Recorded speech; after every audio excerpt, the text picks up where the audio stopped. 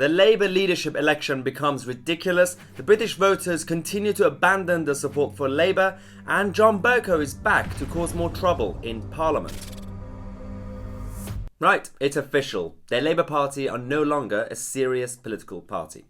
With the leadership election going on and every single candidate becoming more ridiculous than the other one because of all this woke culture. Now, in case you don't know what this woke culture stuff is all about, it's basically something that's becoming more enhanced. It's not necessarily a new thing, but it's becoming more enhanced in our society because of social media and the young millennial generation, but not necessarily just millennials, the post-baby boomer generation onwards.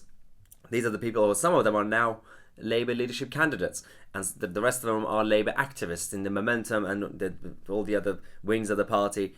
These are the sort of people who worship avocados as God. They treat Greta Thunberg as their messiah, and they go to vegan cafes because that's their holy shrine. And they are very sensitive about with the jokes. You can't say anything in front of them. They want to rearrange society because every single one of us is stupid and bad, especially if you're white, if you're male, if you're straight. So this is the woke culture that's going on. And that's why last week on BBC Question Time, when the actor Lawrence Fox stood up against this whole movement, there were a lot of people on the left who were angry on Twitter and social media, but ordinary people out there see him as a national hero. But going back to the Labour leadership, Jess Phillips. Yeah, Jess Phillips is still going on, still happening. She's still relevant. She is very concerned about the fact that there is still one male candidate in this leadership election. She did an interview that she mentioned the necessity of having a female Labour leader. We've got 4 women and 1 man in the Labour leadership contest. Yeah, is that the first time that's ever happened? Do you really have to ask that question? It's your party, you should know. Yes, it's the first time. Well done. How do you think it would look if the Labour Party ended up electing another man? True to form. The Labour Party, it has a blind spot in this regard. It always has, and it's genuinely frustrating because the Labour Party is absolutely, if you set the test as being how it has improved the life of women in the country, how it has fought for women's representation. Now, the first time Jess Phillips decided to stand for Labour leadership, she thought that just because she's a woman, it's going to be easy. Everyone's going to be voting for her. Now, unfortunately for her, the majority of candidates are women anyway, and she's realised that it's probably more than that. She probably needs more than that. And she has not been performing quite well in the hustings and debates and especially media interviews. So she's decided to change her tacts. Yes, Jess Phillips has now vowed to stop acting statesmanlike. Just to be different. Firstly, when was she actually being a statesmanlike sort of politician? I don't know when she started it. So basically she's planning to stop doing that now. So the Labour leadership contender Jess Phillips has pledged to stop trying to appear prime ministerial as she battles to secure a place on the ballot paper after what she described as an awful first hustings in Liverpool on Saturday. Obviously, it is highly unlikely for her to win because the 2 frontrunners, Keir Starmer and Rebecca Long Bailey, would win the race to 60 Jeremy Corbyn anyway. Now, the fact that she hasn't actually been statesmanlike anyway, as in general, the other problem is there's a difference between coming across as more human, and especially with the new wave of politics in general, with the voters being sick and tired of your typical polished, robotic, establishment type of politician. There's a difference between being human and not being prime ministerial. You still have to be prime ministerial. So good luck, Jess, good luck. But it's not just her. We have this whole political party, the whole movement of the Labour Party, who was created to support the working classes, to fight for the unfairness that's going on in our society. Nah, that's all over. They're all out of touch. They're all privileged. They're all spoiled. And this is another Labour MP talking nonsense. Ultimately, I think this is a 35-year-old man who has been on the front pages and on the news every day because he didn't ask his nan before moving out No, he's not just a 35-year-old guy who didn't tell his nan that he's moving out. This is the royal family. They are there. Their job is there to protect the crown. Okay, anyway. I think this is very much like Brexit, and we're seeing it play out like the Brexit debate, with older people outraged at Meghan and Harry's decision, younger, more progressive people overwhelmingly supportive, and it's being used to stoke division. Oh dear God. Yes, Harry and Meghan, Brexit. It's all the same. It's all the same. No, Harry and Meghan are not Brexit. They're very different things, and the reaction to it, there are different reasons for them. Okay. Everybody stay calm.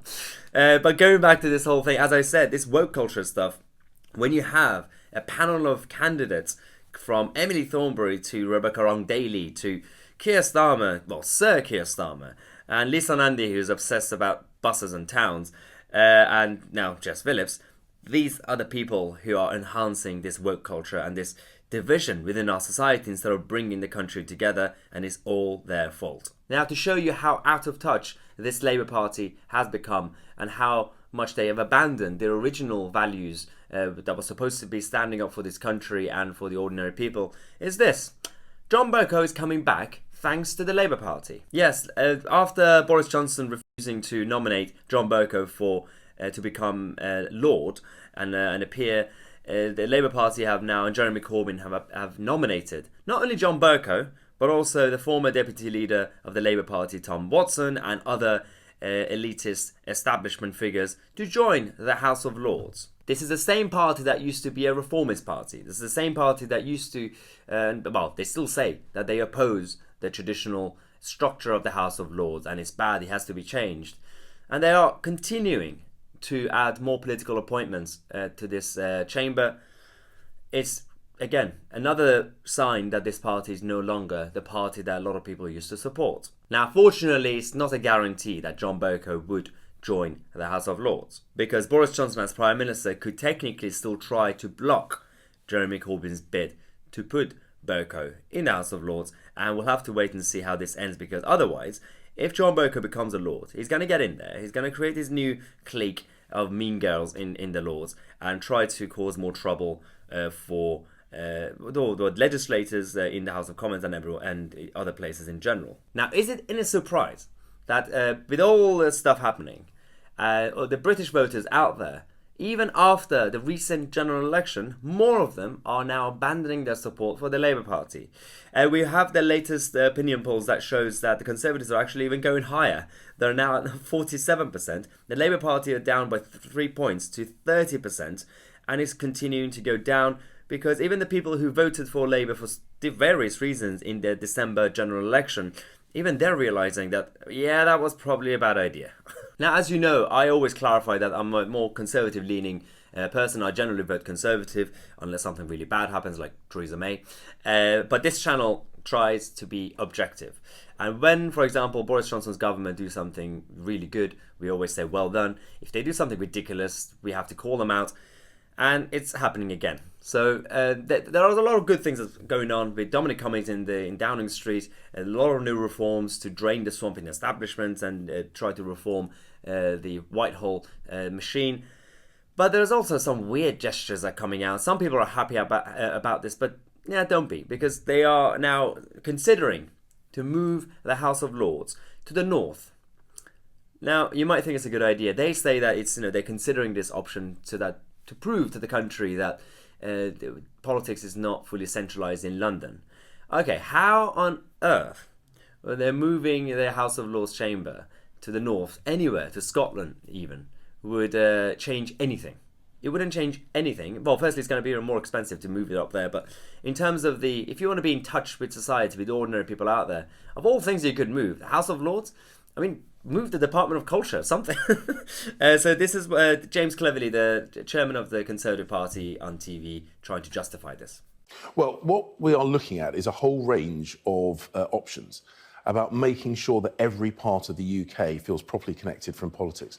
When the Prime Minister stood up the day after the general election and said this is going to be the people's government, he meant it. And that meant connecting people with government and with politics.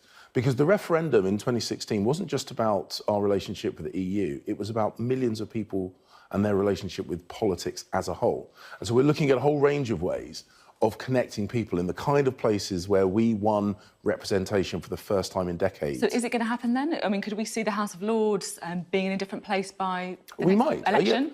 We might. It's one of a range of things that we are looking into. Yes, as I said, there are a lot of good things that the government are looking into.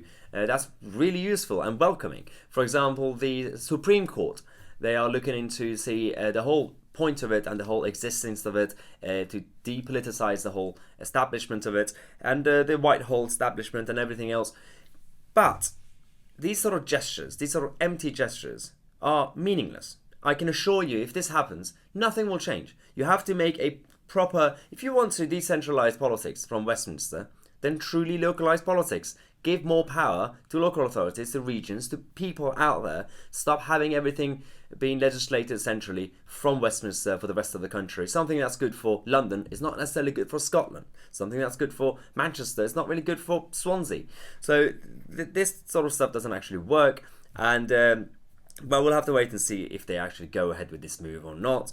And but in general, the Brexit stuff is being slightly quiet now in the next few days. I think the European Union are getting together to see how they can counter this so-called bluff that's coming out of Downing Street with the no deal position. It's not a bluff. I don't think it's a bluff. It's going to be very serious. They're preparing for WTO if the negotiations actually fall, because this government and Boris Johnson himself know that they are there on a platform of people power, and this is the people's government, as they say. So if they mess up Brexit by the end of December, then obviously they're going to lose all the support, and the next election the Tories will be out. So they're not going to be that stupid. Hopefully they're going to do this. So we'll have to wait and see what the European Union do in the next week or so.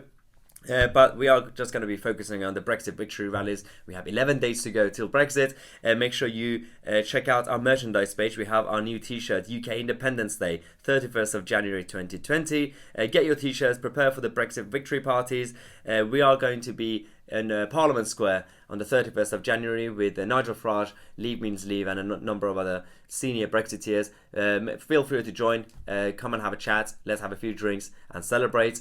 Make sure that if you enjoy the content, subscribe to the channel and click on the bell next to it so you get notified. We have a daily show at 5:45 p.m. I'm Tousi, and I'll see you guys tomorrow with a new video.